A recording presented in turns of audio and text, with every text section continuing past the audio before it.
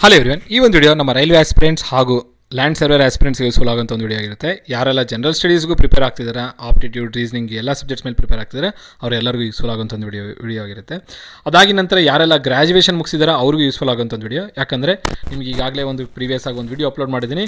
ನಮ್ಮ RRBನಲ್ಲಿ NTPC graduate, undergraduate level ಮೇಲೆ 8,800 vacancies ಬರುತ್ತೆ ಅಂತೇಳಿ ಒಂದು ಶಾರ್ಟ್ ನೋಟಿಸ್ ಇಶ್ಯೂ ಆಗಿತ್ತು.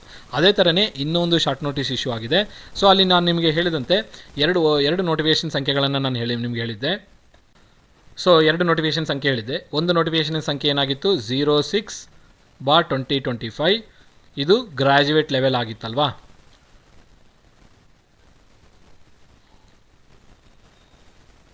ಗ್ರ್ಯಾಜುಯೇಟ್ ಲೆವೆಲ್ ಇತ್ತಿದು. ಅದಾಗಿ ನಂತರ ಇನ್ನೊಂದು ನೋಟಿಫಿಕೇಷನ್ ಇತ್ತು 07/2025. ಇದು ಅಂಡರ್ ಗ್ರ್ಯಾಜುಯೇಟ್ ಲೆವೆಲ್ ಇತ್ತು ಅಲ್ವಾ.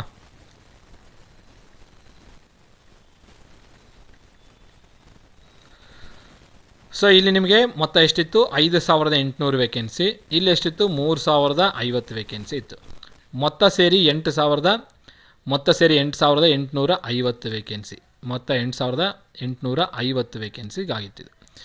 ಇದಕ್ಕೆ ಏಜ್ ಲಿಮಿಟು ಎಷ್ಟಿತ್ತು, ಇದಕ್ಕೆ 18 to 33. ಇದು ಜನರಲ್ ಮೆರಿಟಿಗೆ ನಾನು ಹೇಳ್ತಿರೋದು. OBC ಮತ್ತು SC/STಗೆ ಏಜ್ ರಿಲ್ಯಾಕ್ಸೇಷನ್ ಇರುತ್ತೆ, ಪ್ಲಸ್ 3 years 5 yearsನೂ ಇರುತ್ತೆ. ಅದೇ ಥರನೇ ಇದಕ್ಕೆ ಎಷ್ಟಿತ್ತು, 18 to 36 ಏಜ್ ಲಿಮಿಟ್ ಆಗಿತ್ತು. ಈಗ ಈ ವಿಡಿಯೋದಲ್ಲಿ ನಾವು ಯಾವುದ್ರ ಬಗ್ಗೆ ಡಿಸ್ಕಸ್ ಮಾಡ್ತಿದ್ದೀವಿ ಅಂದರೆ, ಇಲ್ಲಿ ನೋಡಿ 0607 ಆಯ್ತಲ್ವಾ. ಇನ್ನೂ ಒಂದು ನೋಟಿಫಿಕೇಷನ್ ಸಂಖ್ಯೆ ಇದೆ ಇಲ್ಲಿ, ಯಾವುದಪ್ಪ ಅಂದರೆ 05, ಅಂದರೆ ಇವೆರಡಕ್ಕಿಂತ ಮುಂಚೆ ಇರುವಂಥ ನೋಟಿಫಿಕೇಷನ್ 05/2025. ಸೊ ಇಲ್ಲಿ ನೋಡ್ತಾ ಇರ್ಬೋದು ನೀವು, ಈ ನೋಟಿಫಿಕೇಷನ್ನಲ್ಲಿ ಮೆನ್ಷನ್ ಮಾಡಿದ್ದಾರೆ ನೋಡಿ. ಇಲ್ಲಿ ಇದೂ ಒಂದು ಶಾರ್ಟ್ ನೋಟಿಸು, ಎಂಪ್ಲಾಯ್ಮೆಂಟ್ ನೋಟಿಸಲ್ಲಿ ಬಂದಿರುವಂಥ ಶಾರ್ಟ್ ನೋಟಿಸ್ ಆಗಿರುತ್ತೆ. ಮಿನಿಸ್ಟ್ರಿ ಆಫ್ ರೈಲ್ವೇಸಿಂದ ಇಶ್ಯೂ ಆಗಿರುವಂಥ ಶಾರ್ಟ್ ನೋಟಿಸು ನೋಡಿ. 5/2025 ನೋಟಿಫಿಕೇಷನ್. ಯಾವುದರ ನೋಟಿಫಿಕೇಷನ್, ಹೋದ್ಸಲ ಗ್ರ್ಯಾಜುಯೇಟು ಅಂಡರ್ ಗ್ರ್ಯಾಜುಯೇಟ್ ಲೆವೆಲ್ ನೋಡಿದ್ವಿ, ಅಂದರೆ NTPC ನೋಟಿಫಿಕೇಷನ್ ಅಂತೇಳಿ. ಸೊ ಇಲ್ಲಿ ಯಾವುದರ ನೋಟಿಫಿಕೇಷನ್ ಅಂದರೆ junior engineer, very important. Junior engineer, depot material superintendent ಹಾಗೂ chemical and metallurgy assistant, CMA ಅಂತ ಹೇಳ್ತೀವಿ. ಸೊ ಈ ಮೂರು ಪೋಸ್ಟ್ಗೆ ಇಶ್ಯೂ ಆಗಿರುವಂಥ ಒಂದು ಶಾರ್ಟ್ ನೋಟಿಸ್. ಇಲ್ಲಿ ನಂಬರ್ ಆಫ್ ವೇಕೆನ್ಸೀಸ್ ಎಷ್ಟಿದೆ ಅಂತ ನೋಡಿದ್ರೆ 2,570 ವೇಕೆನ್ಸೀಸ್ ಇದೆ. ಅದಾಗಿ ನಂತರ ಇದಕ್ಕೆ ಏಜ್ ಲಿಮಿಟ್ ನೋಡೋದಾದರೆ 18ರಿಂದ 33 ವರ್ಷ ಇದೆ, 18 to 33.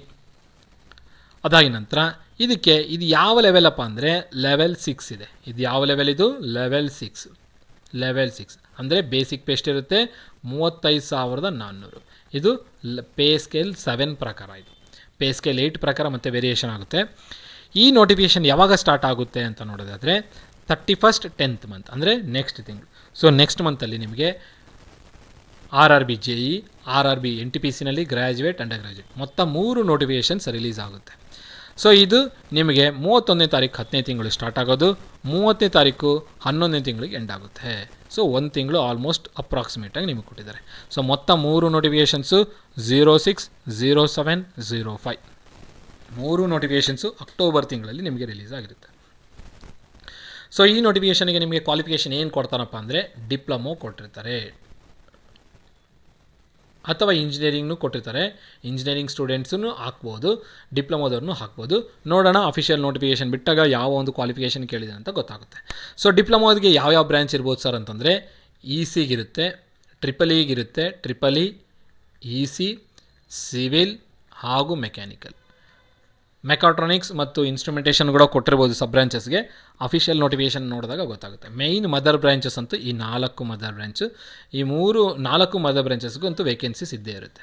ಈ ನೋಟಿಫಿಕೇಷನಲ್ಲಿ ಮೆನ್ಷನ್ ಮಾಡಿರ್ತಾರೆ ಈ 4 ಕ್ವಾಲಿಫಿಕೇಷನ್ಗೆ. ಸೊ ಈ ಮೊತ್ತ 2,570 ವೇಕೆನ್ಸಿಯಲ್ಲಿ ಅದರಲ್ಲೂ ಡಿವಿಷನ್ ಜೋನಲ್ ವೈಸು ಮತ್ತು ಡಿವೈಡ್ ಆಗ್ತಾ ಬರುತ್ತೆ. ಬೆಂಗಳೂರಿಗೆ ಬಂದರೆ ಏನಾದರೂ ಒಂದು 150 ವೇಕೆನ್ಸಿಯಿಂದ 250 ವೇಕೆನ್ಸಿಯವರು ಬೆಂಗಳೂರು ರೀಜನ್ಗೆ ಬರ್ಬೋದು. ನೋಡೋಣ ಅಫಿಷಿಯಲ್ ನೋಟಿಫಿಕೇಷನ್ ಬಂದಾಗ ಗೊತ್ತಾಗುತ್ತೆ. ನಮ್ಮ ಬೆಂಗಳೂರು ರೀಜನ್ ಅಂದರೆ ಸೌತ್ ವೆಸ್ಟ್ ರೈಲ್ವೇಸ್ ಎಲ್ಲಿದೆ ನೋಡಿ ಬೆಂಗಳೂರಲ್ಲಿ.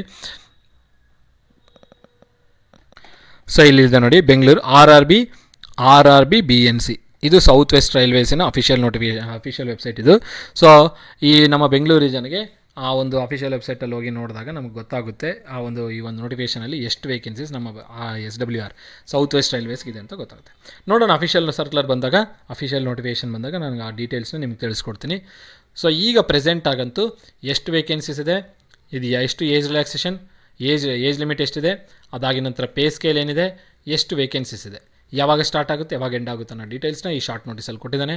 ಆ ಶಾರ್ಟ್ ನೋಟಿಸಲ್ಲಿ ಕೊಟ್ಟಿರುವಂಥ ಡೀಟೇಲ್ಸ್ನ ನಾನು ನಿಮಗೆ ತಲುಪಿಸಿದ್ದೀನಿ. ಇದ್ರ ಮೇಲ್ಗಡೆ ನಿಮ್ಗೆ ಏನಾದರೂ ಡೌಟ್ಸ್ ಇತ್ತಂದರೆ ಕಮೆಂಟ್ ಸೆಷನಲ್ಲಿ ಮೆನ್ಷನ್ ಮಾಡಿ, ನಿಮ್ಮ ಕಮೆಂಟ್ನ ನೋಡಿಬಿಟ್ಟು ನಾನು ಆ ಕಮೆಂಟ್ಗೆ ರಿಪ್ಲೈ ಮಾಡಿರ್ತೀನಿ. ಇದಕ್ಕೆ ನಾವು ಎಕ್ಸಾಮ್ ಪ್ಯಾಟ್ರನ್ ನೋಡೋದಾದರೆ RRB NTPCಗೆ 2 ಲೆವೆಲ್ ಇರುತ್ತೆ, CBT 1 CBT 2.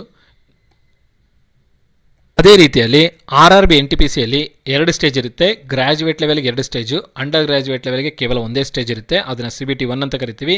2 ಸ್ಟೇಜ್ ಇದ್ದರೆ CBT 1 CBT 2 ಇರುತ್ತೆ. ಈಗ ನಮಗೆ RRB JEEಗೆ ನೋಡೋದಾದರೆ ಎಷ್ಟು ಸ್ಟೇಜ್ ಇರುತ್ತೆ ಅಂದರೆ ಇಲ್ಲೂ 2 ಸ್ಟೇಜ್ ಇರುತ್ತೆ, CBT 1 ಹಾಗೂ CBT 2 2 ಸ್ಟೇಜ್. 1ನೇ ಸ್ಟೇಜಲ್ಲಿ ಏನೇನಿರುತ್ತಪ್ಪ ಅಂದರೆ ನಿಮಗೆ ಗೊತ್ತಿರಬೇಕು, ಆಪ್ಟಿಟ್ಯೂಡ್, ರೀಸನಿಂಗ್, ಜನರಲ್ ಸ್ಟಡೀಸ್ ಹಾಗೂ ಜನರಲ್ ಸೈನ್ಸ್, ಎನ್ವಿರಾನ್ಮೆಂಟಲ್ ಸೈನ್ಸ್ ಹಾಗೂ ಕಂಪ್ಯೂಟರ್ಸ್ ಬಗ್ಗೆ ಇರುತ್ತೆ. ಇನ್ನು CBT 2 ಅಲ್ಲಿ ನೋಡೋದಾದರೆ ಟೆಕ್ನಿಕಲ್ ಪಾರ್ಟ್ ಇರುತ್ತೆ.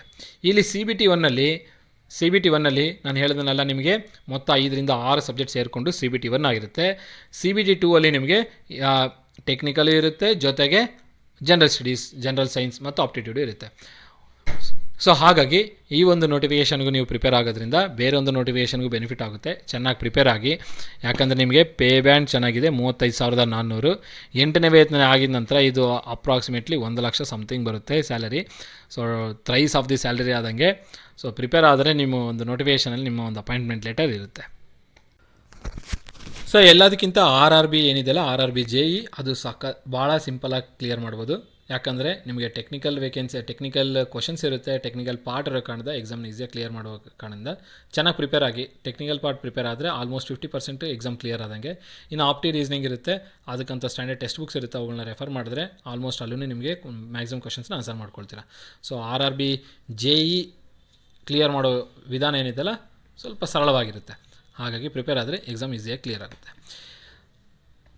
ಸೊ ಇಲ್ಲಿ ಮೆನ್ಷನ್ ಆಗಿರೋಂಥ ವೇಕೆನ್ಸೀಸ್ ಏನಿದೆಯಲ್ಲ 2570 ವೇಕೆನ್ಸಿ. ಇದು ಇಷ್ಟಾದರೂ ಇರ್ಬೋದು, ಇದಕ್ಕಿಂತ ಜಾಸ್ತಿ ಆದರೂ ಆಗ್ಬೋದು, ಜಾಸ್ತಿ ಆಗೋ ಚಾನ್ಸಸ್ನೂ ಇದೆ.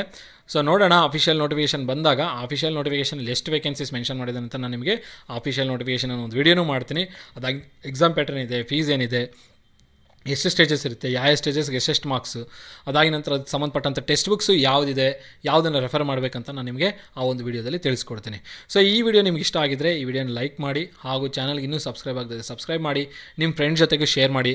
ಯಾರೆಲ್ಲ ಫ್ರೆಶ್ ಗ್ರ್ಯಾಜುಯೇಟ್ಸ್ ಇದ್ದೀರಾ ಅವರು ಈ ಒಂದು ಬಳಕೆ ಮಾಡ್ಕೊಳ್ಳಿ. 2-3 ನೋಟಿಫಿಕೇಷನ್ಸ್ನ ಫ್ರೆಶ್ ಗ್ರ್ಯಾಜುಯೇಟ್ಸ್ ಯೂಸ್ ಮಾಡ್ಕೊಳ್ಳೋಂಥ ಆಪರ್ಚುನಿಟಿ ಇದೆ. ಯಾಕಂದರೆ ಭಾಳಷ್ಟು ನೋಟಿಫಿಕೇಷನ್ಸು ಬರ್ತಾ ಇಲ್ಲ. ಸ್ಟೇಟ್ ಗೌರ್ಮೆಂಟ್ ಮೇಲೆ ನೀವು ಡಿಪೆಂಡ್ ಆಗಿದ್ದೀರಾ ಅಂತಂದರೆ ಇನ್ನೂ ಭಾಳ ದೂರ ಹೋಗ್ಬೋದು, ಕೆರಿಯರ್ಗೆ ನಿಮ್ಮ ಕೈ ಜಾರೋಗೋಗುತ್ತೆ. ಹಾಗಾಗಿ ಬಂದಿರೋಂಥ ನೋಟಿಫಿಕೇಷನ್ಸ್ಗೆ ಅಪ್ಲೈ ಮಾಡಿ, ಪ್ರಿಪೇರ್ ಆಗಿ ಎಕ್ಸಾಮ್ಸ್ನ ಕ್ಲಿಯರ್ ಮಾಡಿ. ಅದಾಗಿ ನಂತರ ಭಾಳಷ್ಟು ಜನಕ್ಕೆ ಒಂದು ಡೌಟ್ ಇರುತ್ತೆ, ಈ ನೋಟಿಫಿಕೇಷನ್ಸ್ ಬಂದಮೇಲೆ ಎಷ್ಟು ವರ್ಷಕ್ಕೆ ಕಂಪ್ಲೀಟ್ ಆಗುತ್ತೆ ಅಂತೇಳಿ. ನೋಡಿ, ರೈಲ್ವೆ ಇತ್ತೀಚೆಗಂತೂ 1-1.5 ವರ್ಷದಲ್ಲಿ ನೋಟಿಫಿಕೇಷನ್ಸ್ನ ಕಂಪ್ಲೀಟ್ ಮಾಡ್ತಾ ಇದ್ದಾರೆ. ಯಾವುದಾದ್ರು 2-3 ಸ್ಟೇಜ್ ಇರುತ್ತೋ ಅದು 1 ವರ್ಷ 2 ವರ್ಷದವರೆಗೂ ಹೋಗ್ತಿದೆ. ಬಟ್ ಒಂದು ಸ್ಟೇಜ್ ಇರೋಂಥದ್ದು ಎಲ್ಲ 1 ವರ್ಷದಲ್ಲಿ ಕಂಪ್ಲೀಟ್ ಆಗೋಗ್ತಿದೆ. ಆ ಒಂದು ಕಾರಣದಿಂದ ಈ ಒಂದು ನೋಟಿಫಿಕೇಷನ್ಸ್ ಬೇಗನೆ ಮುಗಿಯುತ್ತೆ. ಸೊ ಈ ಒಂದು ನೋಟಿಫಿಕೇಷನ್ಸ್ಗೆ ನೀವು ಪ್ರಿಪೇರ್ ಆಗಿದ್ರೆ ಅಂದರೆ ಆದಷ್ಟು ಬೇಗನೆ ನಿಮ್ಮ ಒಂದು ಲೈಫ್ನ ನೀವು ಸೆಟಲ್ ಮಾಡ್ಕೊಳ್ಬೋದು. ಹಾಗಾಗಿ ಈ ನೋಟಿಫಿಕೇಷನ್ಸ್ಗೆ ಅಪ್ಲೈ ಮಾಡಿ, ಮರೆಯದೆ ಪ್ರಿಪೇರ್ ಆಗಿ, ಚೆನ್ನಾಗಿ ಪ್ರಿಪೇರ್ ಆಗಿ. ನೋಟಿಫಿಕೇಷನ್ಸ್ಗೆ ಅಪ್ಲೈ ಮಾಡೋದನ್ನು ಮಾತ್ರ ಮರೆಯೋದಕ್ಕೆ ಹೋಗಬೇಡಿ.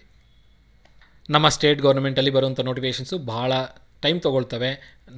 ಹಾಗೂ ಅವು ಕಂಪ್ಲೀಟ್ ಆಗೋದಕ್ಕೂ 2-3 ವರ್ಷ ತೊಗೊಂಡ್ಬಿಡ್ತಾರೆ. ಈ KPSC ಅವರು ನಿಮ್ಗೆ ಗೊತ್ತಿರುತ್ತೆ. ಹಾಗಾಗಿ ಆ ನೋಟಿಫಿಕೇಷನ್ಸ್ ಮೇಲೆ ಡಿಪೆಂಡ್ ಆಗೋದನ್ನು ಕಮ್ಮಿ ಮಾಡಿ ಈ ನೋಟಿಫಿಕೇಷನ್ಸ್ಗೆ ಪ್ರಿಪೇರ್ ಆಗಿ. ಆ ನೋಟಿಫಿಕೇಷನ್ಸ್ ಬಂದಾಗ ಅದಕ್ಕೂ ಪ್ರಿಪೇರ್ ಆಗುವಂತ್ರಿ. ಬಟ್ ಈ ಕೈಯಲ್ಲಿರುವಂಥ ನೋಟಿಫಿಕೇಷನ್ಸ್ನ ಬಿಟ್ಕೊಳಕ್ಕೆ ಹೋಗಬೇಡಿ.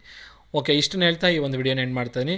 ಈ ವಿಡಿಯೋದಲ್ಲಿ ನಿಮಗೆ ಏನಾದರೂ ಡೌಟ್ ಇತ್ತು ಅಥವಾ ಯಾವುದಾದ್ರ ಮೇಲೆ ಏನಾದರೂ ಪ್ರಶ್ನೆ ಕೇಳೋದಿತ್ತಂದರೆ ಇನ್ನೊಂದು ಸಲ ಹೇಳ್ತಾ ಇದ್ದೀನಿ, ಕಮೆಂಟ್ ಬಾಕ್ಸಲ್ಲಿ ಮೆನ್ಷನ್ ಮಾಡಿ. ಕಮೆಂಟ್ ಬಾಕ್ಸಲ್ಲಿ ನಿಮ್ಮ ಮೆಸೇಜ್ನ ಡ್ರಾಪ್ ಮಾಡಿದ್ರೆ ಆ ಮೆಸೇಜ್ಗೆ ನಾನು ರಿಪ್ಲೈನ ಕೊಡ್ತೀನಿ. ಇಷ್ಟನ್ನು ಹೇಳ್ತಾ ಈ ವಿಡಿಯೋ ಎಂಡ್ ಮಾಡ್ತೀನಿ. ಎಲ್ಲರಿಗೂ ಧನ್ಯವಾದಗಳು. Have A nice day.